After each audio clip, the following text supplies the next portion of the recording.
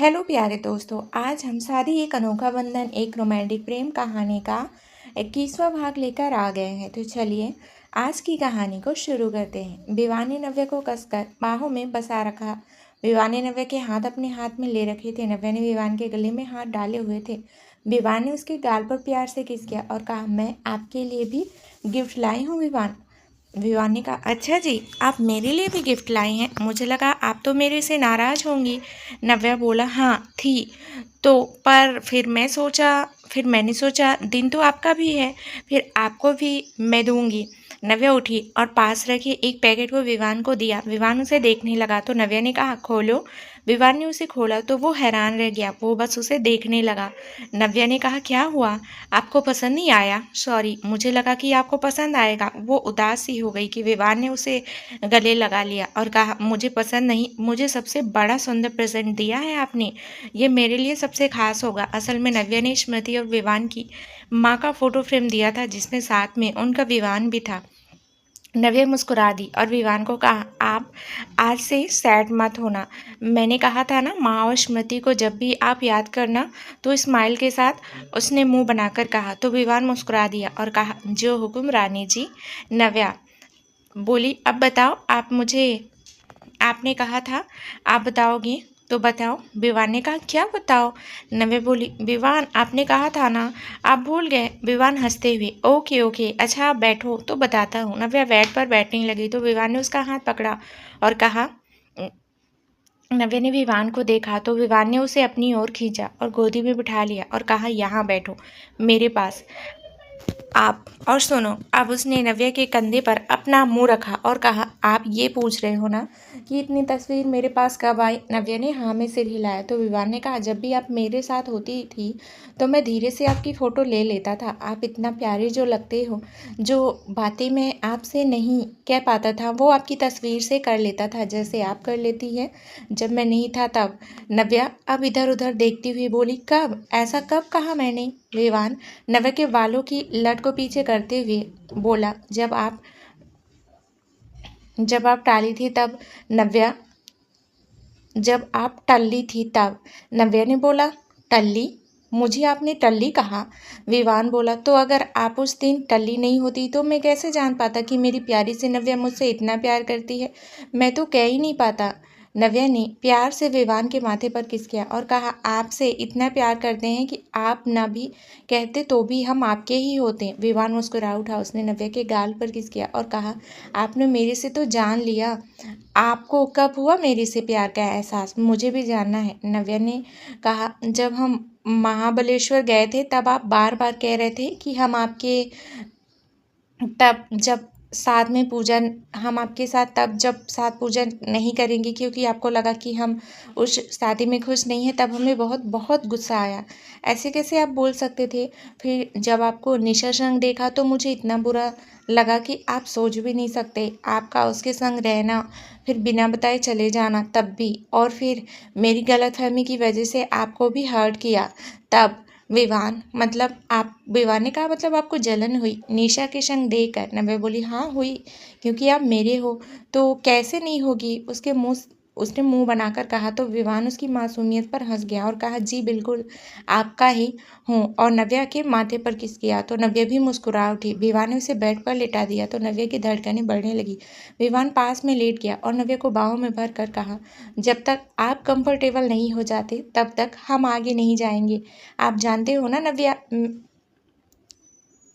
नव्या कस के पकड़ा और कहा, जानती हूँ। आप पर मुझे पूरा भरोसा है।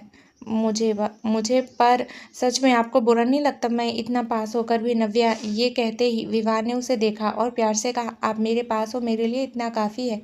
आपको अपनी ज़िंदगी का हिस्से में देखना ही मेरे लिए सब है। और रही कितने पास और कितने दूर, तो जब दिल लोगों के मिल गए हैं तो उनका मिलने से इतना फ़र्क नहीं। मैं आपका मतलब और आपका दर्द समझता हूँ। इतना आसान नहीं होता। आपके साथ जो हुआ वो आपका बीता हुआ कल है, पर उस कल कल ने आपको जो दर्द और तकलीफ दी है वो कम होने में वक्त चाहिए और इसी बात का मैं मान करता हूँ। उसने कहा तो नव्या ने विवान को कस के गले लगा लिया और कहा आई लव यू बहुत सारा। विवान मुस्कुराया और कहा आई लव यू टू बहुत सारा और दोनों एक दूसरे की बाहों में सो गए। कुछ दिन बाद विवान और नव्या अपना प्यार और नोक झोंक में जहाँ खुश थे वहीं अंकुश और नेहा भी वापस आ चुके थे। नव्या ने ही उन दोनों का गृह प्रवेश किया था। अनवी और श्रवण भी आने वाले थे। घर में चहल पहल हो गई थी। नेहा एनजीओ जाने को थी और अंकुश भी तैयार हो चुका था पुलिस स्टेशन जाने के लिए। नेहा ने अंकुश को उसका सारा सामान दिया तो अंकुश नेहा को देख रहा था जो अपना सारा काम कर रही थी। अंकुश ने उसे पीछे से बाहों में भरा और कहा मुझे माफ़ कर दो डैडी। नेहा बोली क्यों, क्या किया आपने जो माफ़ी मांग रहे हैं आप। अंकुश बोला शादी के बाद मैं तुम्हें वक्त नहीं दे पाया। पहले हम शीतल से मिलने चले गए और अब आए तो मुझे केस के लिए जाना पड़ रहा है। मुझे माफ़ कर दो, तुम्हें समय नहीं दे पा रहा हूँ। नेहा मुस्कुराकर पलटी और अंकुश की बाल ठीक करते हुए बोली आप ना बोल रहे हैं डीएसपी अंकुश राय कि आपका पहला फ़र्ज आपकी ड्यूटी है और इस बीच आपकी बीवी को आना बिल्कुल पसंद नहीं और आपकी ड्यूटी के बाद आपकी बीवी का हक है तो पहले आपका काम, वरना इस बात पर मैं नाराज़ हो जाऊंगी। उसने कहा तो अंकुश मुस्कुरा दिया और कहा जैसे आपका हुक्म मेरी कमिश्नर साहब। नेहा ने कहा अरे वाह आपकी कमिश्नर साहब तो डीएसपी जी। अब चले, मुझे भी एनजीओ जाना है। अम्मा से भी तो मिलना है, कितनी बार बुला चुकी हैं। और सुन लो आप कोशिश करना कि शाम को जल्दी आ जाओ। और कुछ खा लेना, ये नहीं कि आप काम में लगे रहें। बता रही हूँ आप नहीं आ सकते पर मैं तो कभी भी आ सकती हूँ। उसने पूरा बोल दिया। अंकुश तो बस सुनता ही रह गया। उसे ऐसे देख नेहा ने कहा ऐसे क्या देख रहे हो अंकुश, तुम इतना बोलती हो। सच सोच रहा हूँ मेरा क्या होगा। नेहा ने गुस्से में घूरा और जाने लगी तो अंकुश ने उसे अपनी ओर किया और कहा डैडी बोलते हुए ही पसंद है मुझे और मुझे तो इतना सब बता दिया पर मुझे तो कुछ देना चाहिए ना। नेहा उसे देखने लगी तो अंकुश ने प्यार से उसके माथे पर होंठ रख दिया और कहा ये तो मेरा रोज का होगा जब भी मैं कहीं जाऊँ या नहीं, समझी डैडी। तो नेहा शर्मा गई तो अंकुश ने कहा चले डैडी आप तो देंगी नहीं। उसने नेहा को छेड़ते हुए कहा तो नेहा ने मुंह बना लिया और कहा अच्छा जी रुको आप, और अंकुश के गाल पर किस करके भाग गई। अंकुश मुस्कुरा पड़ा। विवान और नव्या ऑफिस आए तो सबके चेहरे पर कुछ परेशानी दिख रही थी। नव्या और विवान ने एक दूसरे को देखा कि नव्या ने टीना को देखा और उसके पास आकर यह क्या बात है टीना, सब इतना परेशान क्यों है। टीना चुप थी तो विवान ने कहा टीना आपसे कुछ पूछा जा रहा है, क्या हुआ है। टीना ने कहा सर वो। विवान बोला क्या क्या बोल रही हैं आप, जो भी है साफ साफ बोलिए। टीना ने एक पेपर नव्या और विवान की तरफ कर दिया। नव्या ने लिया और जैसे ही देखा उसके होश उड़ गए। विवान भी नव्या को इस तरह देख घबरा गया। उसने कहा क्या हुआ नव्या बताइए, आप इस तरह से क्यों। नव्या ने वो पेपर लिए और जैसे ही पढ़ा उसकी आंखों में अंगारे बरसने लगे। उसने एक नज़र सबको देखा और कहा अभी के अभी कॉन्फ्रेंस रूम में शव आए और नव्या को लेकर वहां से चला गया। पेपर पढ़ने के बाद विवान 1 घंटे बाद कॉन्फ्रेंस रूम में सब बैठे थे। कुछ बोर्ड ऑफ मेंबर्स भी थे जो आपस में बात कर रहे थे। विवान वहां आया तो सब खड़े हो गए। विवान भी वहां बैठ गया। एक बोर्ड मेंबर ने कहा आपका क्या कहना है विवान जी, ये सब जो हुआ इस पर आप क्या कहना चाहते हैं। विवान चुप था। साफ साफ लिखा है विवान जी की कंपनी के बहुत बड़े प्रोजेक्ट जिसे आप खुद लीड कर रहे थे वो एसके ग्रुप ऑफ इंडस्ट्रीज को बेचा गया, जिसकी एक बहुत बड़ी अमाउंट आपके सबसे खास और भरोसेमंद एम्प्लॉय को गया है। इतनी बड़ी गलती आपसे मुझे उम्मीद नहीं थी विवान जी। आप जानते थे कि ये प्रोजेक्ट कितना इम्पॉर्टेंट है हमारे लिए और आपके इतने खास ही एम्प्लॉय ने ऐसा किया। आपको ऐसे लोगों पर भरोसा करना ही नहीं चाहिए। पहले तो अच्छे बनते हैं और वक्त आने पर ऐसे ही लोग धोखेबाज होते हैं। ये आपकी बीवी हैं तो इसका मतलब ये नहीं कि ये कंपनी में कुछ भी कर सकती हैं। और हमने तो सुना है ये पैसों के लिए कुछ। वो आगे कुछ बोलता कि विवान ने एक हाथ जोर से टेबल पर मारा जिससे वह खड़ा व्यक्ति डर गया। उसने कहा मिस्टर श्रीवास्तव सही कहा आपने, वो मेरी एम्प्लॉयर है और आप बहुत अच्छे से जानते हैं कि वीके इंडस्ट्रीज़ में उसकी एम्प्लॉय की भी उतनी ही रिस्पेक्ट होती है जितनी होनी चाहिए। और यहाँ तो वो मेरी बीवी भी है। तो आप जो कह रहे हैं ना सोच समझ कर, और मेरी बीवी ने क्या किया है क्या नहीं ये आप मेरे से बेहतर समझते हैं क्या। दूसरा, क्या किसी ने नव्या को डील करते देखा क्या। कुछ लेते देखा क्या? बिना किसी सबूत के मैं क्या कोई भी इस बात को मानने को तैयार नहीं है। आपकी वाइफ है वो इसलिए, और जो अमाउंट आया है उसे क्या कहेंगे आप? विवान ने कहा, मेरी वाइफ है तो वो गलत है या नहीं ये साबित करना आपका काम नहीं है। एंड वन मोर थिंग, आप न सिर्फ मेरी वाइफ के बारे में बोल रहे हैं बल्कि एक लड़की के बारे में इतनी घटिया बात कर रहे हैं। आप अभी तक वीके कंपनी के सीईओ से बात कर रहे थे, लेकिन अगर अब अपनी जबान पर लगाम नहीं दिया तो फिर विवान कपूर से बात करेंगे, लेकिन कोर्ट में। और इसका मतलब आप समझ ही चुके होंगे। श्रीवास्तव जी विवान को अच्छे से समझ रहे थे, उन्होंने कुछ नहीं कहा। बाकी मेंबर्स बोले, सर लेकिन जब तक इस बात की तह तक नहीं आ जाते तब तक मिस नव्या को टर्मिनेशन दिया जाता है, और अगर वो इसमें इन्वॉल्व हुई तो उनके ऊपर एक्शन भी होंगे जो आप बेहतर समझ सकते हैं। वो सब चले गए। विवान को समझ नहीं आ रहा था, लेकिन उसके दिमाग में क्या था ये भी कोई नहीं जान सकता था। उसने सबको काम पर वापस जाने को कह दिया और खुद चलकर उठकर चला गया। कोई था जो अपनी जीत पर मुस्कुरा रहा था। विवान कैबिन में आया तो नव्या चुपचाप बैठी थी। उसे देख विवान धीरे से अंदर आया और नव्या के पास जाकर खड़ा हो गया, पर नव्या ने कुछ नहीं कहा। विवान ने नव्या का हाथ पकड़ा। नव्या उसे देखने लगी तो विवान ने एक नज़र उसे देखा और कैबिन से बाहर चल दिया। ऑफिस में नव्या को ऐसे देख सब चुप हो गए, क्योंकि विवान था तो कोई कुछ न कह सकता था। सब चुप थे। विवान ऑफिस से बाहर आया और गाड़ी लेकर नव्या के संग निकल गया। नव्या को समझ नहीं आ रहा था कि विवान क्या कर रहा है, पर वो चुप थी। विवान ने कुछ देर बाद गाड़ी रोकी और गाड़ी से बाहर आकर नव्या को लाया, तो नव्या ने अपना हाथ छुड़ा लिया और कहा, आप क्यों लाए हैं हमें यहाँ पर? हर बार हमारी वजह से आपको बदनाम होना पड़ता है। आपका सपना था, वो ड्रीम था आपका, और हमारी वजह से आपको वो सपना बिखर रहा है। वो रोते हुए बोली तो विवान ने उसका चेहरा अपना हाथों में लिया और कहा, मुझे पता था आप ऐसा ही कुछ कहने वाली होगी, और इसलिए मैं आपको यहाँ लाया, क्योंकि ऑफिस में आप कह भी नहीं पाती और खुद को गलत मान लेती, और ये सच बिल्कुल नहीं है। मेरा ड्रीम, मेरा प्रोजेक्ट आपसे ऊपर तो बिल्कुल नहीं है। आपकी ना कोई गलती ना कुछ, तो क्यों आप खुद को गलत मान बैठी हैं? बताइए, नव्या रोते हुए। पर आपका सपना मुझे बुरा नहीं लगा कि मैं टर्मिनेट हुई, बल्कि मुझे आपकी फिक्र है। मेरी वजह से आपको इतना सब सुनना पड़ा। विवान, मेरी वजह से लोगों की नज़रों में गिर जाओ तो मुझे दर्द होगा, लेकिन आप मेरी वजह से किसी की नज़रों में गिर जाओ ये मुझसे बर्दाश्त नहीं हो पाएगा। विवान ने नव्या के आंसू पोंछे और कहा, पहली बात आप रोना बंद करो, दूसरी बात आप और मैं एक ही धागे हैं नव्या, और इनमें से एक भी धागे को कोई कमज़ोर करने की कोशिश करेगा तो उसे अंजाम देखना ही होगा। और किसने कहा कि आपको मैं लोगों की नज़रों में गिरने दूंगा? हरगिज़ नहीं, ऐसा ना हुआ है ना होने दूंगा। और आपको टर्मिनेशन नहीं, बस कुछ दिन की छुट्टी समझो आप, क्योंकि आप ना मुझे बहुत तंग करती हो, तो ऑफिस में मुझे कुछ आराम मिल जाएगा आपको झेलने के लिए। उसने नव्या को तंग करते हुए कहा, तो नव्या ने हल्का सा बस मुस्कुरा दी। विवान ने उसे गले लगा लिया और कहा, चलो आपको आइसक्रीम खिलाता हूँ, बहुत दिन से आपने खाई भी नहीं। और दोनों आइसक्रीम पार्लर चले गए। नव्या खुद को नॉर्मल करने की कोशिश कर रही थी, पर वो नहीं कर पा रही थी। विवान ने उसे आइसक्रीम खिलाई और घर के लिए निकल गए। विवान नव्या को देखा पर कुछ नहीं कहा। ऐसा ही पूरा दिन निकल गया। नव्या को घर छोड़ विवान ऑफिस आ गया था। वहीं नव्या को बस चिंता थी तो विवान की। वो समझ सकती थी कि ये सब उसके लिए कितना ज़रूरी है कि नेहा ने उसे चाय दी और कहा, नव्या सब ठीक हो जाएगा, भाई है ना? नव्या ने बोला, नेहा कैसे फिक्र ना करूँ, विवान मुझे नहीं जताते, जानती हूँ वो मुझे परेशानी में नहीं देख सकते, पर नेहा सच है कि वो बहुत परेशान है। जिस प्रोजेक्ट के लिए उन्होंने दिन रात एक कर दिया और आज अचानक से वो बिखर रहा। किसकी वजह से? मेरी वजह से, सिर्फ और सिर्फ मेरी वजह से। मेरे विवान जब गए थे तो कंपनी की हर एक जिम्मेदारी मुझे देकर गए थे, और मैंने क्या किया? कुछ नहीं समझ पाए। नेहा मुझे, मेरी फिक्र नहीं है, मेरे साथ जो होगा वो हो, पर विवान के सपनों को मैं हारने नहीं दूंगी, फिर चाहे कुछ भी हो। वो नम आंखों से चली गई। नेहा उसे देखती रह गई। विवान कमरे में आया तो नव्या सो चुकी थी। विवान ने एक नज़र देखा और फिर सामने देखा। प्लेट ऐसी ही रखी थी। विवान ने बैग सोफे पर रखा और नव्या की तरफ धीरे से बैठ गया। उसने नव्या का सिर पर हाथ फेरा और कहा, आपको जिसने भी इस सब में घसीटा है ना, उसे तो मैं ढूंढ निकालूंगा, क्योंकि उसने आपको इतनी तकलीफ दी है। आपका मान सम्मान जो भी उसने तोड़ने की कोशिश की है उसे सजा तो मिलेगी।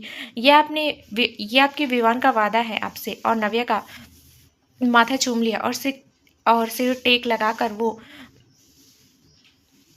धक्के से होने के कारण सो गया। अगली सुबह जब नव्या की नींद खुली तो विवान को सामने देखकर वो एक पल को चौंकी और कहा, ये ऐसे मतलब मैं सो गई और इन्होंने कुछ खाया भी नहीं। उसे खुद पर गुस्सा आने लगा, पर विवान को देखकर वो सोते हुए इतना प्यारा लग रहा था कि नव्या उसे देखने लगी। वो उसके पास आकर बोली, इतने प्यारे मत लगा करो आप, मेरा दिल रुक जाएगा। कि तभी विवान ने कहा, आपका दिल तो हमारे पास है जान, ऐसे कैसे रुक जाएगा। विवान की बात सुन नव्या हैरान हो गई। वो जग रहा था। अब तो नव्या को लगे कि वो कहीं धंस जाए। शर्म के मारे वो भागने को हुई कि विवान ने उसे पकड़ लिया और वापस बैठा लिया और उसे पकड़ लिया। नव्या तो विवान को देख भी नहीं पा रही थी। विवान ने कहा, कहाँ चली आप, पास रहना है मेरे। और हल्के से नव्या के कान पर होठ रखे तो नव्या सहर उठी। विवान ने धीमे से कहा, सच में आपको प्यारा लगता हूँ मैं।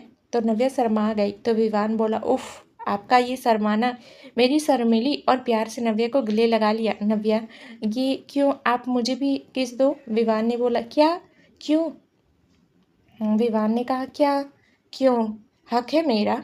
आप मुझे क्यूट बोल रहे हो और क्यूट को किस भी नहीं। उसने नौटंकी करते हुए कहा। तो नव्या हंसकर, अच्छा देते हैं, आप आंखें बंद करो। विवान ने आंखें बंद कर ली। नव्या विवान के पास आई तो विवान की धड़कनें तेज हो गई। वहीं नव्या का भी यही हाल था। नव्या ने हल्के से विवान के गाल पर किस किया कि विवान ने अपनी आंखें खोली और कहा, ये तो मिला और मुझे यहाँ चाहिए गुड मॉर्निंग किस। उसने होठ की तरफ उंगली की तो नव्या ने उसे धक्का दिया और शर्माकर भाग गई। विवान हंस पड़ा कि तभी उसका फ़ोन बजा। उसने फ़ोन उठाया कि उसके भाव बदल गए। उसने कहा, आ रहा हूँ मैं। विवान ने फ़ोन रखा ही था कि नव्या आ गई। विवान ने उसे देखा तो मुस्कुरा दिया। नव्या विवान को ही देख रही थी। वो उसके पास आई और कहा, किसका फ़ोन था विवान।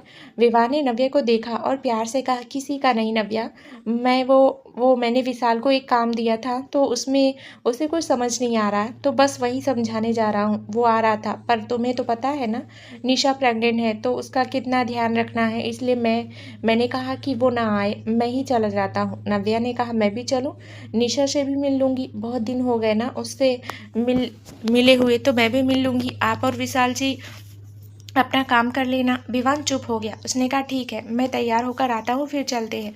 नव्या ने ओके कहा और नाश्ता के लिए नीचे चली गई। विवान ने किसी को मैसेज किया और फिर एक गहरी सांस लेकर वो नहाने चला गया। नव्या नीचे आई तो नेहा नाश्ता लगा रही थी।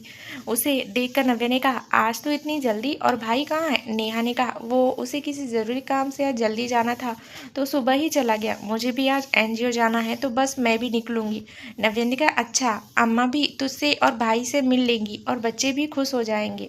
नेहा ने कहा, एक काम क्यों नहीं करती, तू भी चल, घर पर क्या करेगी, अम्मा तेरे से भी मिल लेंगी और फिर इतना वक्त हो गया है हम साथ में कहीं गए भी नहीं।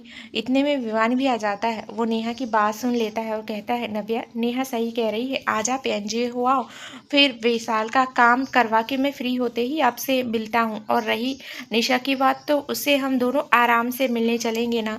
मैं और फिर मुझे विशाल ने बताया था कि आज निशा डॉक्टर के यहाँ जाएगी तो बस जल्दी से काम करवा के वो दोनों को निकलना होगा। ऐसे में कहीं हम दोनों के जाने से वो और थक ना जाए।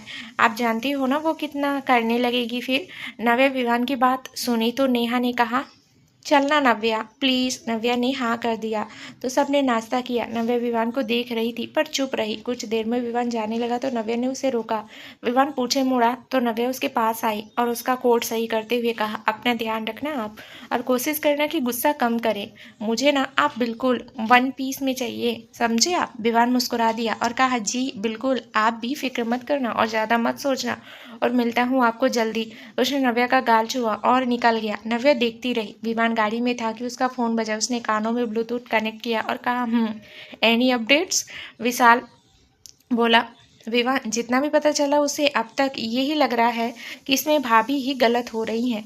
विवान ने कहा, नव्या की कैबिन में उस बीच कोई आया था, कुछ ऐसा जो हम सब से छूट रहा है। विशाल, कंपनी में इतने लोग हैं, ऐसे कैसे हो सकता है कि किसी से ना नव्या को या उस कंपनी के किसी भी मेंबर को आते ना देखा हो, ना मिलते। विशाल ने बोला। विवान, ये भी हो सकता है कि वो बाहर मिले हो और उनके बीच ये डील हुई हो। विवान बोला, हो सकता है, पर उस दिन नव्या कहाँ गई थी। जहाँ तक मैं जानता हूँ नव्या सीधे घर आई थी, बाकी उसके लोकेशन से पता करो। विशाल, मैं एक भी पॉइंट नहीं छोड़ना चाहता और इस प्रोजेक्ट को मैं, नव्या और तेरे अलावा कोई नहीं जानता। कोई नहीं जानता है। फिर उस प्रोजेक्ट का लीक होना समझ नहीं आया और जिसने भी ये किया उसने सिर्फ नव्या का ही नाम क्यों लिया। विशाल बोला, विशाल ये मेरे भी समझ नहीं आ रहा है। विवान ने कहा ठीक है मैं पहुंचता हूँ, तुम राहुल को भी आने को कह दो। विवान ने फ़ोन डिस्कनेक्ट किया और मन ही मन सोचने लगा, इसका मतलब नव्या को इसमें फंसाने का मतलब सिर्फ इतना कि मैं इन सब में हूँ। वो जानता है कि नव्या अगर किसी भी मुसीबत में आई तो वो बात सीधे मेरे से होगी। उसने नव्या को मेरी कमजोरी समझा, लेकिन वो ये नहीं जानता कि नव्या मेरी ताकत है और जो कोई भी इन सब के पीछे है वो मेरे हाथों नहीं बच सकता। उधर एस के ग्रुप ऑफ इंडस्ट्री में कोई बेहद खुशी से किसी से हाथ मिला रहा था और कह रहा था, कमाल कर दिया तुमने, क्या खेल खेला है कि क्यून भी गई और राजा भी। अगर क्यून को कुछ हुआ तो राजा खुद ब खुद सब हार जाएगा और हमें कुछ भी नहीं करना होगा। विवान कपूर बहुत ऊंचा नाम करना है ना उसे। अब देखता हूँ क्या करेगा। तेरी बीवी ही तेरे हारने की वजह बन गई। और ना कुटिलता से मुस्कुरा दिया तो उसके सामने बैठे व्यक्ति ने कहा, मेरा पैसा। किसी ने पूरा बैग उसे दे दिया, जिसे देख वो मुस्कुरा उठा। नव्या नेहा के संग आ तो गई थी पर उसका मन उनमें नहीं लग रहा था। उसे अगर फिक्र थी तो बस विवान की। इतना तो वो जान गई थी कि सुबह जो फोन आया था वो जरूर कुछ ऐसा था जिससे विवान परेशान हो गया था और वो नहीं चाहता था कि वो इन सब में पड़े। लेकिन नव्या को सही नहीं लग रहा था। वो अपने मन को समझा नहीं पा रही थी कि नेहा ने उसे देखा तो वो उसके पास आई और कहा, नव्या सब सही हो जाएगा, तो इतना परेशान मत हो। नव्या ने कहा, नेहा बात अगर मेरी होती तो मैं नहीं सोचती, पर बात यहाँ विवान के कैरियर, उसके मेहनत की है और मैं उसकी इस मेहनत को खराब नहीं होने दूंगी। नेहा ने कहा, नव्या तो उसके लिए तुझे उसकी बीवी नहीं एक वकील की तरह सोचना होगा। हर एक पहलू को जोड़ नव्या, कहीं ना कहीं कुछ तो होगा जो तुझे मदद करेगा। सोच। नव्या नेहा की बात सुन उस दिन जो हुआ वो सब याद करने लगी, पर उसे कुछ ऐसा समझ नहीं आ रहा था कि तभी उसे उस दिन उन दोनों लोगों की बात याद आई जो उसने नीचे इन्वेंट्री में सुन ली थी और वहाँ भी वो एसके कंपनी का ही जिक्र कर रहे थे। नव्या तुरंत उठी और कहा, मिल गया। नेहा उसे हैरानी से देखने लगी तो नव्या ने नेहा को देखकर कहा, मुझे जाना होगा नेहा, मैं तुम्हें बाद में मिलती हूँ। और वो वहाँ से तेजी से निकल गई। नेहा उसे रोकती रह गई। राहुल, विशाल और विवान तीनों साथ थे। राहुल ने विवान को उस दिन की फुटेज दिखाई जो विवान ने उसे लाने को कही थी। विवान ने पूरे गौर से उसे देखा और फिर कहा, इसमें तो कुछ नहीं है ना, ऐसे कैसे हो सकता है। राहुल, कहीं की फुटेज रह तो नहीं गई जो हम नहीं देख पाए हों। राहुल ने कहा, विवान पूरे ऑफिस की फुटेज है ये, बस नीचे इन्वेंट्री की साइड जो कैमरा है वो कुछ दिन पहले ख़राब हो गया था तो उसे रिपेयर के लिए दिया है, वहाँ का ही नहीं है फुटेज और वहाँ तो कोई मतलब ही नहीं, वहाँ जाता ही कौन है। विवान ने कहा, राहुल जहाँ कोई नहीं जाता वहीं चांसेस होते हैं, पता करो कौन गया था कौन आया था, मुझे हर एक डिटेल चाहिए। विशाल शहर के जितने भी होटल्स हैं जहाँ बिजनेस मीटिंग होती है वहाँ देखो जाकर कि उस दिन कोई ऐसा आया, कितने गेस्ट थे, उन सब की डिटेल्स निकलवाओ। राहुल और विशाल काम पर लग गए। विवान भी काम में लग गया। नव्या सीधे ऑफिस गई तो उसे देख सब बातें करने लगे। नव्या ने कुछ नहीं कहा और सीधे विवान के कैबिन में गई कि वहां पर खड़ा एक व्यक्ति बोले, आप अंदर नहीं जा सकती, जब तक आप पर लगे इल्ज़ाम गलत साबित नहीं होंगे आप नहीं जा सकती। नव्या बोले, ऐसे कैसे आप कर सकते हैं। व्यक्ति कह दिया ना न जाए यहाँ से। विवान आपको रोके पर हम नहीं, इसलिए नहीं जा सकती आप। और नव्या को धक्का देता है। नव्या गिरती कि किसी ने उसे संभाल लिया। नव्या ने ऊपर देखा तो विवान था। उसने एक नज़र नव्या को देखा और फिर उस व्यक्ति को। नव्या सही से खड़ी हुई। विवान आगे आया और उस व्यक्ति को देखते हुए कहा, कौन है ये पता है। उसकी आवाज़ तेज थी। व्यक्ति, वो विवान ने कहा, एक लड़की है। और क्या लड़की से इस तरह पेश आया जाएगा। और तुम होते कौन हो मेरे ऑफिस में किसी आने और किसी नहीं आने जाने का ये डिसाइड करने वाले, बोलो। व्यक्ति बोला, सर मुझे श्रीवास्तव सर ने कहा है कि जब तक ये मामला सुलझ ना जाए तब तक ये अंदर ना आए और इसलिए मैंने इन्हें रोका आने से। विवान ने कहा, श्रीवास्तव सर से जाकर कह देना जब तक ये केस सॉल्व नहीं हो जाता तब तक मेरी एम्प्लॉय अंदर नहीं आएगी, पर मेरी बीवी को पूरा हक है उसके पति के ऑफिस आने का। और इस बार अगर उन्होंने मेरी बीवी को या उसे कुछ भी उल्टा सीधा कहा तो मेरे से बुरा कोई नहीं होगा। और तुम लड़कियों से तमीज़ से पेश आना सीख लो, वरना विवान कपूर को सिखाना भी अच्छे से आता है। विवान ने नव्या का हाथ पकड़ा और उसे अंदर ले गया। नव्या बस दिखती रह गई। विवान इस वक्त गुस्से में था, जो नव्या भी समझ रही थी। दोनों चुप थे। नव्या ने प्यार से विवान को देखा तो विवान ने कहा, आपकी ऐसे देखने से मैं गुस्सा कम नहीं करने वाला।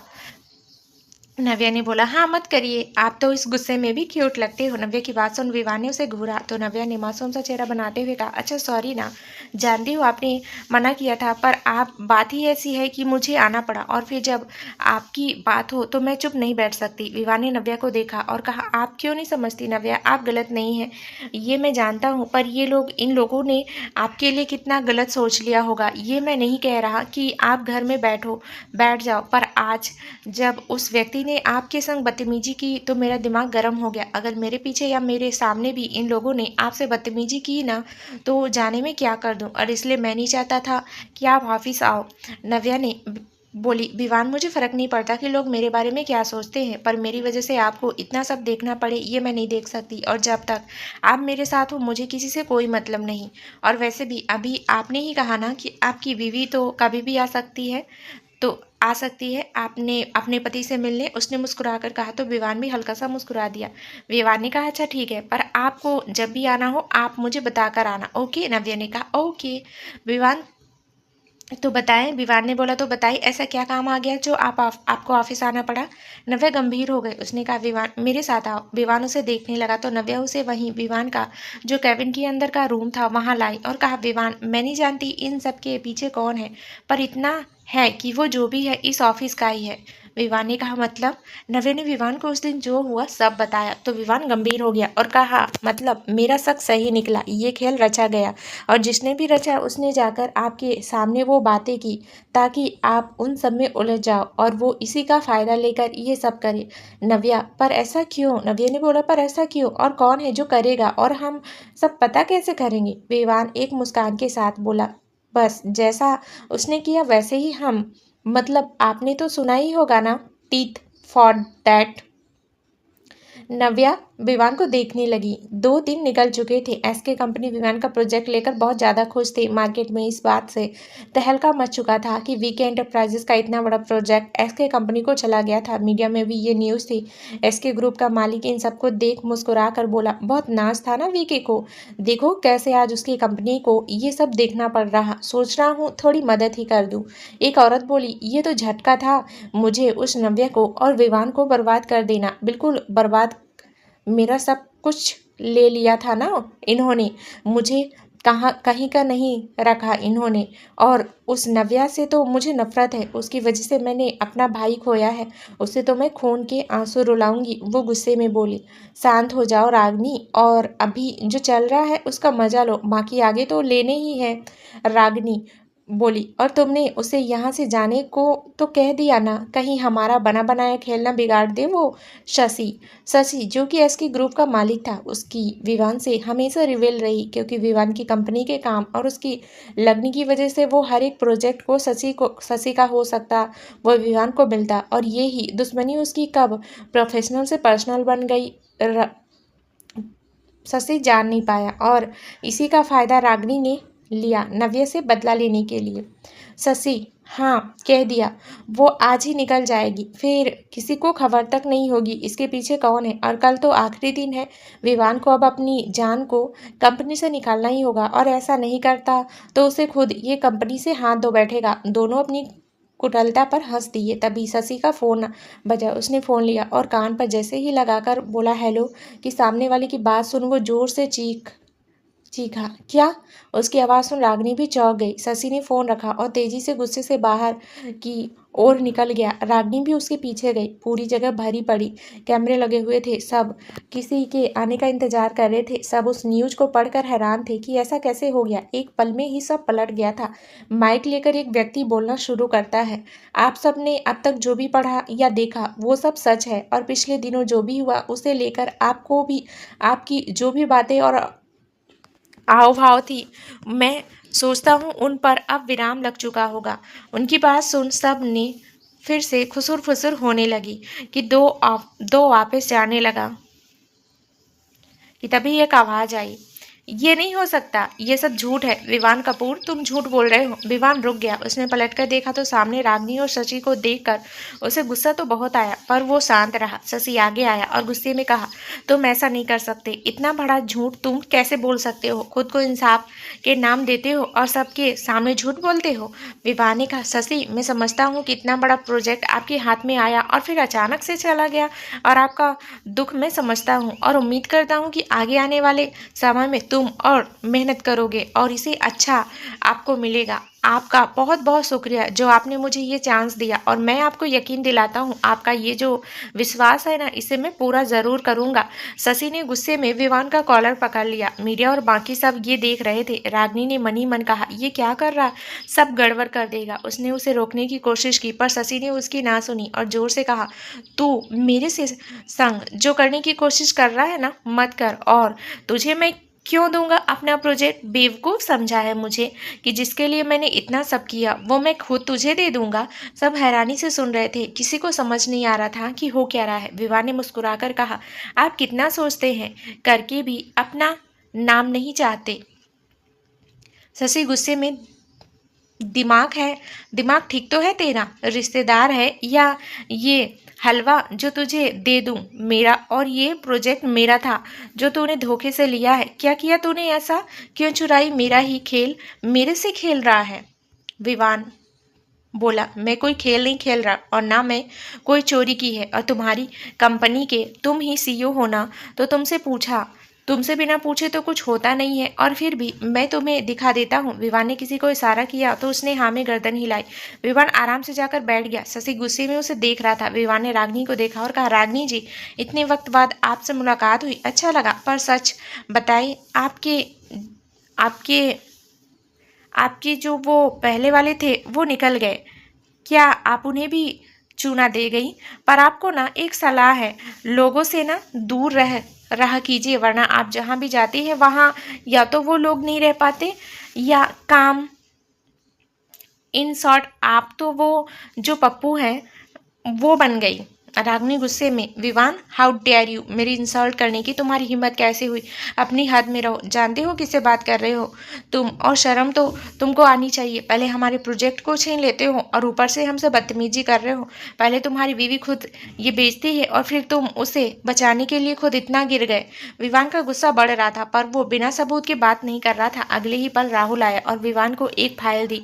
विवान ने उस फाइल को सबके सामने रखते हुए कहा, तो शशि माथुर, आपका कहना है कि आपने मुझे ये प्रोजेक्ट नहीं दिया, तो इस डील पर आपके साइन कैसे आ गए? शशि गुस्से में, कौन सा साइन? और मैंने कोई साइन नहीं किए। उसने विवान के पास से वो फाइल छीनते हुए खोली और जैसे ही उसने खोलकर देखी तो उसके होश उड़ गए। विवान आराम से बैठा था। विवान ने फाइल वापस ली और कहा, क्या हुआ?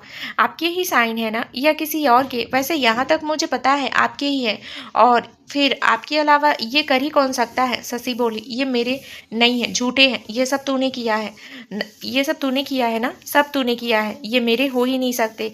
मैं तुझे ये प्रोजेक्ट नहीं दे सकता, ये मेरे नहीं है, तूने किया है विवान, ये तूने। विवान ने कहा, क्यों? जब साइन आपके हैं, आपने किए हैं, तो ये झूठे क्यों होंगे? और दूसरी बात, मैं क्यों करूँगा ऐसा? जो प्रोजेक्ट आपको मिल चुका है उसे आपसे लेने के लिए मैं इतना सब तो नहीं करूँगा, और इनलीगल तो बिल्कुल नहीं, क्योंकि क्योंकि कानून में तो जानता हूँ, कानून तो मैं जानता हूँ। बुरा लगता है, पर फिर से दूसरे प्रोजेक्ट पर फोकस करता हूँ, और अगर मैं अपनी वाइफ के लिए करता तो भी मैं ये खुद आकर सबके सामने आपका नाम क्यों लेता, या देश छोड़ देता, या कंपनी। ससील बिल्कुल ही बौखला गया। उसने रागिनी को पकड़ा और कहा, कैसे हुआ ये सब, कैसे हुआ? मैंने जब इतना सब ध्यान रख कर किया था तो फिर ये कैसे? तुम खुद गई थी विवान के कैबिन वो प्रोजेक्ट की डिटेल्स लेने। तुमने मीटिंग की थी नव्या बनकर, तुम्हें पैसे तक दिए नव्या के अकाउंट के नाम पर। फिर कैसे? इस डील को तुम और मैं ही जानते थे। फिर इसका मतलब तुमने मेरे संग इतना बड़ा गेम खेला। मैं तुम्हें जान से मार दूंगा रागिनी। शशि ने उसका गला पकड़ लिया। रागिनी दर्द से कराहने लगी कि तभी वहां पुलिस आ गई और शशि को पकड़ा। रागिनी बुरी तरह से खांसने लगी। पुलिस के देख दोनों हैरान रह गए। इंस्पेक्टर ने कहा, आप दोनों को मिस नव्या कपूर को धोखाधड़ी के झूठे केस में फंसाने के लिए विवान की कंपनी में चोरी करने और साथ ही फ्रॉड करने के जुर्म में अरेस्ट किया जाता है। विवान अब दोनों के पास आया और शशि को देखा और अगले ही पल एक थप्पड़ उसे रशीद कर दिया और गुस्से में उसका कॉलर पकड़ते हुए मैं सोचता था कि हम बिजनेस रिवेल हैं, तो तेरा इस तरह करना आम है होता है। ऐसा इसलिए तेरी हर बदतमीजी को मैं नज़रअंदाज करता गया। सोचा तू सुधर जाएगा, पर नहीं, तू कैसे ये कर सकता था? अगर तू मेरे तक रहता तो मैं तुझे गिने शायद तुझे माफ़ कर देता, लेकिन तूने मेरी नव्या को गलत बनाया, उसे मेंटल टॉर्चर किया, जिसके लिए तुझे सज़ा तो बनती है। और अगर तुम रागनी की तरफ देखा, तुमसे तो मुझे ये उम्मीद ही नहीं है कि तुम सुधर सकती हो। क्या लगा इसके साथ मिलकर तुम इतना सब करोगी और मैं होने दूंगा? तुम तो कितना भी कर लो, नव्या तक एक खरोच तक नहीं आने दूंगा मैं। रागनी गुस्से में, मैं तुझे आज मार ही दूंगा, फिर कुछ भी हो। नव्या भी वहां आ गई। उसने इंस्पेक्टर से बंदूक छीन ली और नव्या की तरफ करते हुए कहा, तेरी जान है ना ये, इसे ही मार दूंगा, मेरा बदला भी पूरा होगा। विवान गुस्से में, छोड़ नव्या को, अगर उसे कुछ हुआ तो तुझे जिंदा गाड़ दूंगा। नव्या, विवान, मुझे नहीं होगा, मुझे कुछ नहीं होगा, आप दूर रहो। विवान आगे आया और नव्या को पकड़ा कि तभी गोली चली, जिससे वहां खड़ा हर व्यक्ति दहल उठा। नव्या जोर से चीखी, विवान! गोली विवान को लगी थी। नव्या ने उसे पकड़ा। रागनी हंस रही थी। इंस्पेक्टर ने रागनी को पकड़ा और उन दोनों को लेकर जाने को गया तो नव्या विवान को देखकर, आपको कुछ नहीं होगा विवान, मैं आपको कुछ नहीं होने दूंगी। और राहुल और वो उसे हॉस्पिटल लेकर भागे। हॉस्पिटल, विवान का ऑपरेशन हो चुका था। गोली उसके सीने में लगी थी, जिससे वो अभी बेहोश था। नव्या बस उसे उसको देख रही थी कि राहुल ने नव्या भाभी को जल्दी राहुल ने कहा, नव्या भाभी, वो जल्दी सही हो जाएगा, डॉक्टर ने कहा। अब खतरे की बात नहीं है। नव्या बोली, राहुल जी, विवान को जब होश आए तो मुझे बता देना, मुझे किसी काम से जाना है। राहुल, पर भाभी, इस वक्त आप अकेले, मैं कर देता हूँ, आप मुझे बताइए। नव्या ने विवान को देखती हुई बोली, नहीं राहुल जी, वो काम मेरा ही है और मैं ही करूँगी। आप बस विवान जैसे ही होश में आए मुझे बता देना। और एक नज़र विवान को देखकर निकल गई। राहुल देखता रह गया। नव्या गाड़ी में बैठी और वहां से निकल गई। उसने मन ही मन कहा, आ रही हूँ तेरा हिसाब पूरा करने। और उसकी आंखें इस वक्त अंगारे बरसा रही थी। अंकुश और नेहा को इस बारे में पता चला तो वो भी हॉस्पिटल भागे। विशाल वहाँ पहले से था। अंकुश के साथ निशा भी आ गई थी और ये खबर सुनकर उसे अकेले रहना ठीक नहीं था। सब हॉस्पिटल आए तो अंकुश को वहाँ राहुल मिला। अंकुश ने चिंता करते हुए कहा, विवान, विवान कैसा है, ये सब कैसे हुआ? राहुल ने उसे पकड़ा और कहा, वो ठीक है, डॉक्टर ने गोली निकाल दी है और वो खतरे से बाहर है, जल्दी उसे होश आ जाएगा। अंकुश ने कमरे के बाहर से विवान को देखा तो वो नम हो गया। विवान को इस हालत में देखना उसके लिए बहुत मुश्किल था। उसने भरे गले से कहा, विवान। नेहा नम होते हुए कहा, अंकुश, संभालो खुद को, तुम कमजोर पड़ जाओगे तो भाई को कौन संभालेगा? और वो जल्दी से सही होंगे। पहले जब तुम नहीं थे तो भाई ने सब देखा, अब हमें संभालना होगा, वरना वो जब होश में आएंगे तो मैं तो कह दूंगी कि भाई आपका ये जो पागल है ना, ये बस ऐसे ही गुंडे को डराता है, वरना इसके तो मोटे मोटे आंसू निकलते हैं। और फिर जब विवान भाई उठेंगे ना तो देखना, मुझ तुझे बहुत डांटेंगे। उसने नम होते हुए कहा तो अंकुश ने उसे गले लगा लिया और रोते हुए कहा, मैं संभालूंगा, मैं संभालूंगा। नेहा भी उसे शांत कराने लगी। कुछ देर बाद अंकुश संभला तो उसने राहुल से कहा, ये सब कैसे हुआ और किसने किया? राहुल ने उसे सब बताया तो अंकुश का खून खौल उठा। वो गुस्से में बोला, ये रागनी और शशि को मैं छोड़ूंगा नहीं। इतना सब किया इन दोनों ने, ऐसी सजा दूंगा कि ये भूल जाएंगी कि फ्रॉड कैसे करते हैं। राहुल बोला, उसका अंजाम तो शुरू हो गया है अंकुश। अंकुश और बाकी सब हैरानी से राहुल को देखने लगे। नव्या सीधे पुलिस स्टेशन गई। आज उसे देख सब हैरान थे। नव्या सीधे उस इंस्पेक्टर के पास गई जिसने रागनी और शशि को अरेस्ट किया था। पुलिस इंस्पेक्टर भी नव्या को हैरानी से देख बोला, मैम आप यहाँ? नव्या बोली, मुझे रागनी से मिलना है।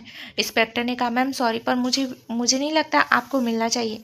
नव्या, और आपको नहीं लगता जो उसने मेरे पति के संग किया वो सही था? आप मुझे मिलने दें तो बेहतर होगा। और आपको फिर भी अगर मुझे रोक रहे हैं तो मुझे ये करना ही होगा। उसने अपना कार्ड इंस्पेक्टर को दिया। इंस्पेक्टर ने जैसे ही देखा तो वो चौंक कर तुरंत खड़ा हो गया। नव्या बोली, शशि ने जो किया उसकी सजा आप उसे दें और रागनी को मैं देख लूंगी।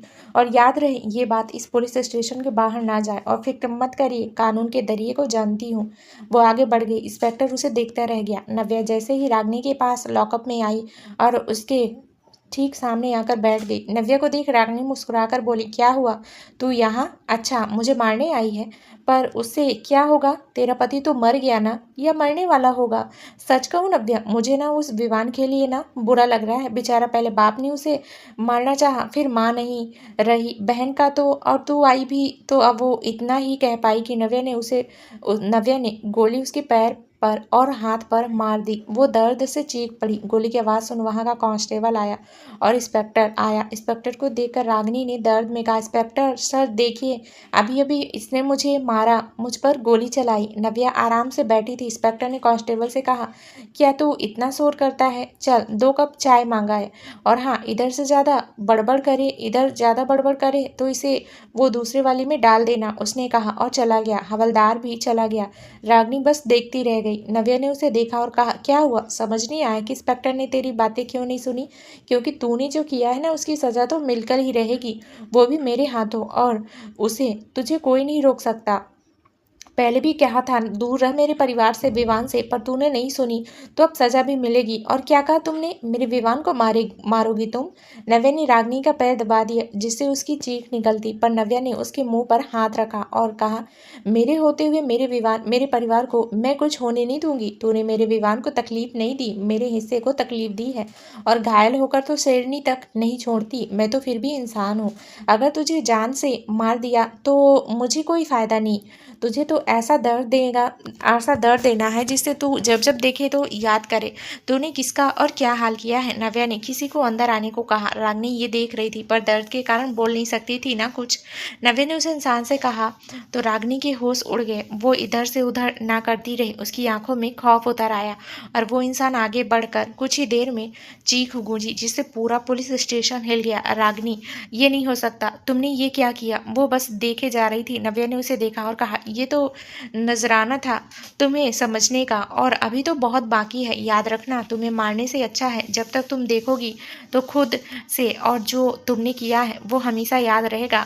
मन तो है तुम्हारे अंदर, वो एक गोली जो तुमने मेरे विवान को दी है ना, उसका हिसाब तुम्हारे अंदर 6-6 की गोली उतार कर दूं, पर कानून को हाथ में लेकर मैं ऐसा कुछ नहीं करूंगी। तेरी मौत से भी ज़्यादा भयानक मंजर तेरे लिए साबित होगा ये। और एक बात, इस बार तूने मेरे परिवार की तरफ आंख भी की तो अपने विवान की कसम, तेरा एनकाउंटर सीधे ही करूंगी। और वहां से निकल गई। रागिनी चीख उठी। नव्या बाहर आई। इंस्पेक्टर को देखा तो इंस्पेक्टर उसे देखते ही बोल पड़ा, जय हिंद नव्या। नव्या ने कहा और निकल गई। इंस्पेक्टर और बाकी सब देखते रह गए। नव्या गाड़ी लेकर निकल चुकी थी। उसके कपड़ों पर विवान का खून लगा था। उसने जो आज किया था उसके लिए इतना आसान नहीं था। वो बस अंगार से जल रही थी, अपनी आंखों से गाड़ी चलाई जा रही थी। एक पल को तो उसका एक्सीडेंट भी होते होते बचा। शाम हो चली थी। सब नव्या को लेकर परेशान थे। अंकुश ने बहुत कोशिश की थी, पर ना नव्या का फ़ोन लग रहा था, ना वो उसे टाइम कर पा रहा था। वो गुस्से में बोला, राहुल तूने उसे अकेले जाने कैसे दिया? तू जानता है ना कि नव्या विवान की ये हालत में कैसे है, फिर भी तू उसे जाने दिया।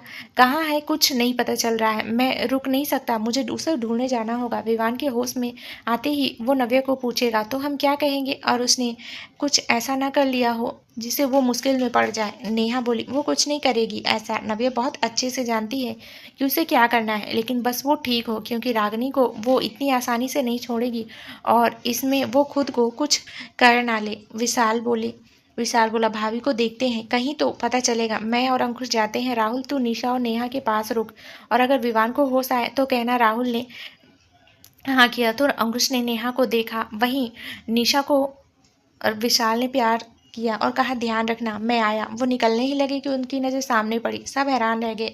नेहा, अंकुश, विशाल सब भाग कर आए। नेहा ने नव्या को पकड़ा और कहा, नव्या तो ठीक है, कहाँ गई थी? हम सब कितना परेशान हो गए थे। तू सही तो है ना? अंकुश बोला, नव्या कहाँ गई थी तू?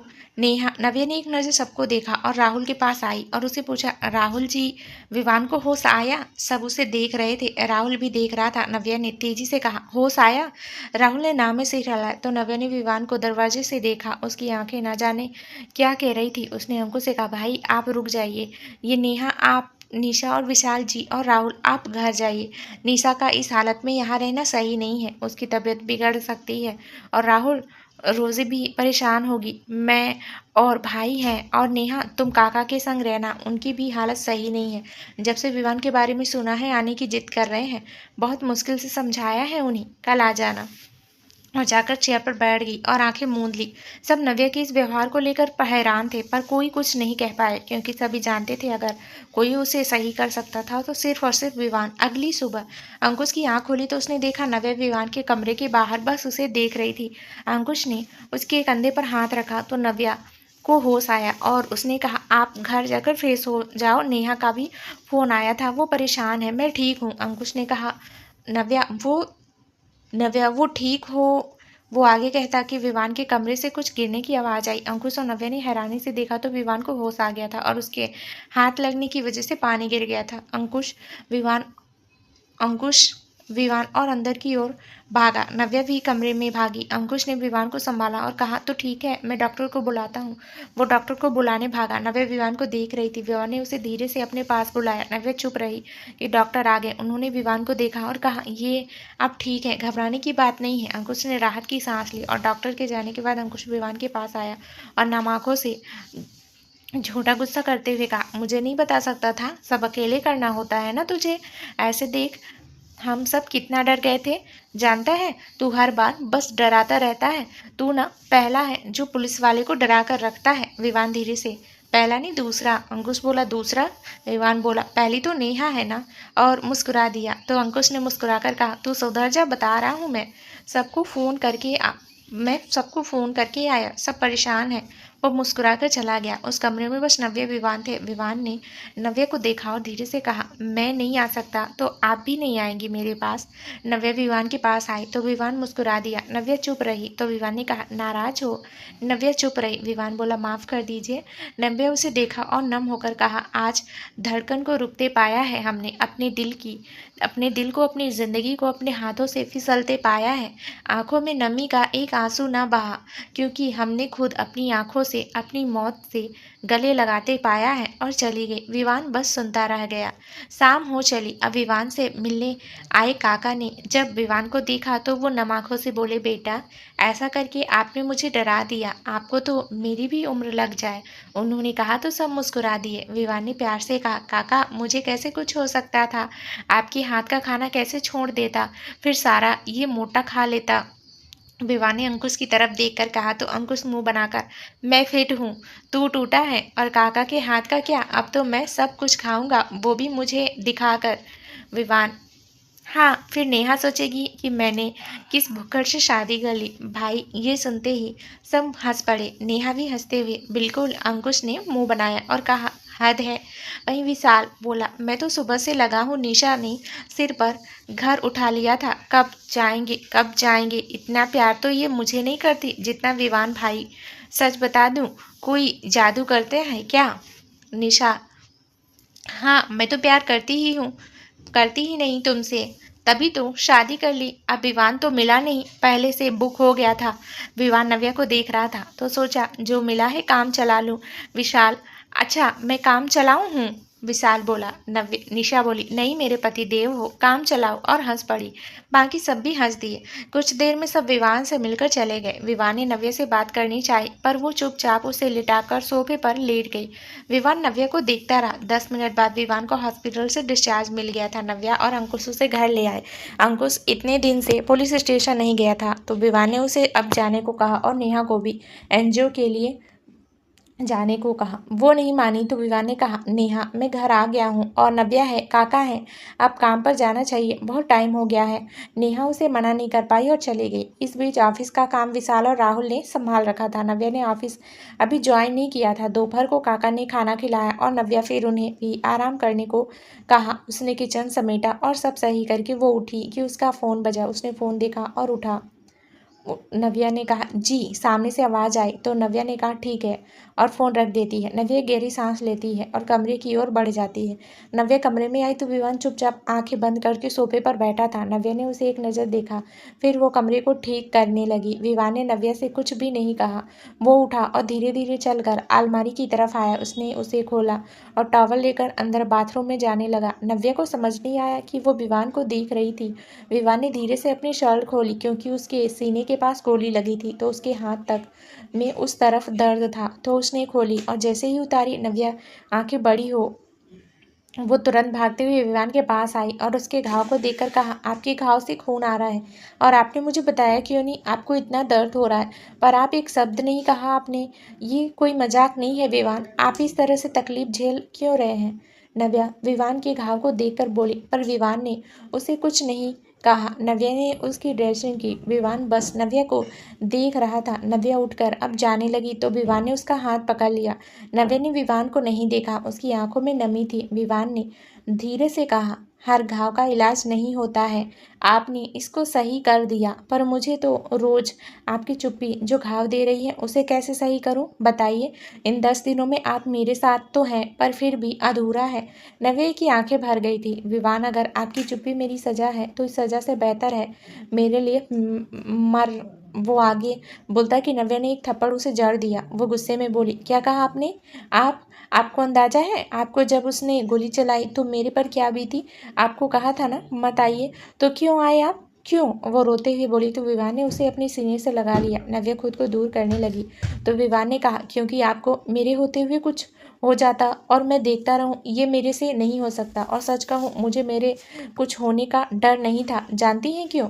नव्या अभी भी चुप थी। तो विवान ने उसका चेहरा ऊपर किया तो उसकी आंखें अभी लाल थी। विवान ने उससे पूछा और कहा, क्योंकि दिल में जब धड़कने हो तो उससे कुछ नहीं हो सकता, और मेरी धड़कन को मैं बचा लिया था, तो फिर मुझे कैसे कुछ हो सकता था?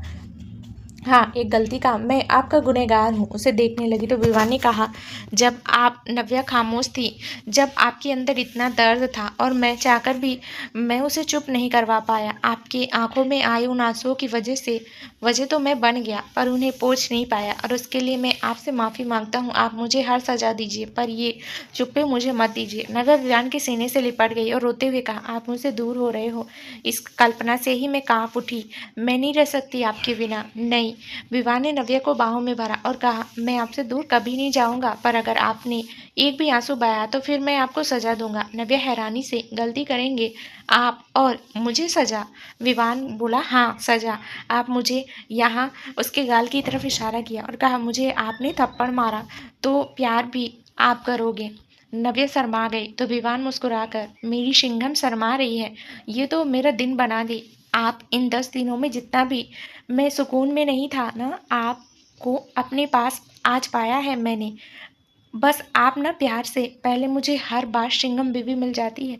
नव्या ने मुंह बनाकर उसे मारा तो विवान ने कहा, नव्या बोली, सॉरी सॉरी, वो गलती से लग गया, सॉरी। विवान ने उसे ऐसे देखा तो मुस्कुराकर गले लगा लिया और कहा, मजाक कर रहा था, लेकिन आप ऐसे ही रहो। तो नव्या भी मुस्कुरा दी। समय निकल रहा था। विवान भी पहले से काफ़ी सही हो रहा था। अंकुश और नेहा भी साथ में थे। अनवी और श्रवण जो रोज उससे बात कर लेते थे। नव्या कुछ परेशान सी लग रही थी, जो आज विवान से छुपा नहीं था। उसने अंकुश से बात करते हुए कहा, अंकुश मुझे कल तेरे साथ पुलिस स्टेशन जाना है। ये सुनते ही सब विवान को देखने लगे। नव्या उसे हैरानी से देखने लगी तो विवान ने कहा, मुझे इस केस की डेट के बारे में सब पता करना है। अंकुश ने बोला, ऐसा क्या है जो तू जानना चाहता है?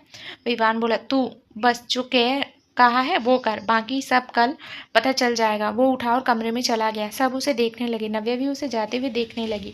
अंकुश और नेहा का कमरा। नेहा आई तो अंकुश को सोच में डूबा देख वो मुस्कुराते हुए उसके पास आई और कहा, डीएसपी जी, इतना सोचने से आपको फिर भी कुछ समझ नहीं आएगा, क्योंकि भाई क्या कहते हैं क्या करते हैं ये तो सिर्फ वो ही जान पाते हैं। आप भी कल का इंतजार करो। अंकुश, हाँ ये तो है, पर मैं विवान की नहीं, मैं तो आपके बारे में सोच रहा था। नेहा मासूमियत से बोली, क्या क्या कहा? क्या सुना मैंने? आप मेरे बारे में सोच रहे थे?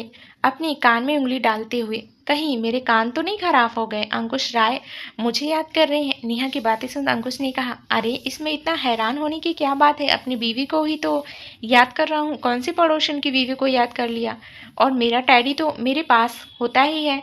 नेहा, हाँ होता तो है, पर उसे प्यार कोई करता ही नहीं। बेचारी कितनी भोली है। अंकुश मुस्कुरा दिया और नेहा को अपने करीब किया तो नेहा की धड़कनें तेज हो गई। उसके हाथ अंकुश के कंधे पर थे। वो एक टक उसे देखने लगी तो अंकुश ने प्यार से कहा, मैं भी तो देखूं अपनी भोली सी टैडी। और नेहा के माथे पर खिंच गया तो नेहा की आंखें बंद हो गई। अंकुश ने उसके गालों को चूम लिया। नेहा की धड़कनें तेज थी। अंकुश ने नेहा के कान के पास जाकर धीरे से कहा, प्यार दिखा दूं आज? नेहा उसकी बात सुन शर्मा गई और नेहा अंकुश के बाहों में समा गई। अंकुश ने भी उसे अपनी बाहों में बसा लिया। आज अंकुश और नेहा की सारी दूरियां मिट गई थी। प्यार तो उसमें बेपनाह था। आज उसे अपनी चाहत मिल गई थी। नव्या कमरे में आई तो विवान वहां नहीं था। नव्या ने पहले कपड़े चेंज किए और फिर वो विवान के वर्क रूम की तरफ चली गई। वहां जाकर उसने देखा विवान कुर्सी पर हाथ रखे बैठा था। नव्या उसके पास आई और चुपचाप विवान की गोदी में बैठ गई। विवान शायद जानता था, इसलिए उसने नव्या को पकड़ लिया। नव्या ने अपना सिर विवान के सीने से लगा लिया और बस आंखें मूंद ली। विवान भी शांत रहा। फिर कुछ देर बाद उसने धीरे से कहा, आपसे सवाल नहीं करूंगा, क्योंकि आपकी जगह अगर मैं होता तो शायद उसे जिंदा मार चुका था। आपने कानून को समझ कर किया है, मैं जानता हूँ, पर आपको कितनी बार कहा कि आप ऐसे मत जाया करो अकेले। नव्या बोली, मेरे समझ में कुछ नहीं आ रहा है। मुझे बस उस वक्त आपकी हालत दिख रही थी और इसलिए मैं चली गई। मैं उसे जिंदा मार देती, पर आप ही कहते हो ना कि गुस्से में किए गए काम गलत हो सकते हैं, बस इसलिए मैं उसे नहीं मार पाई।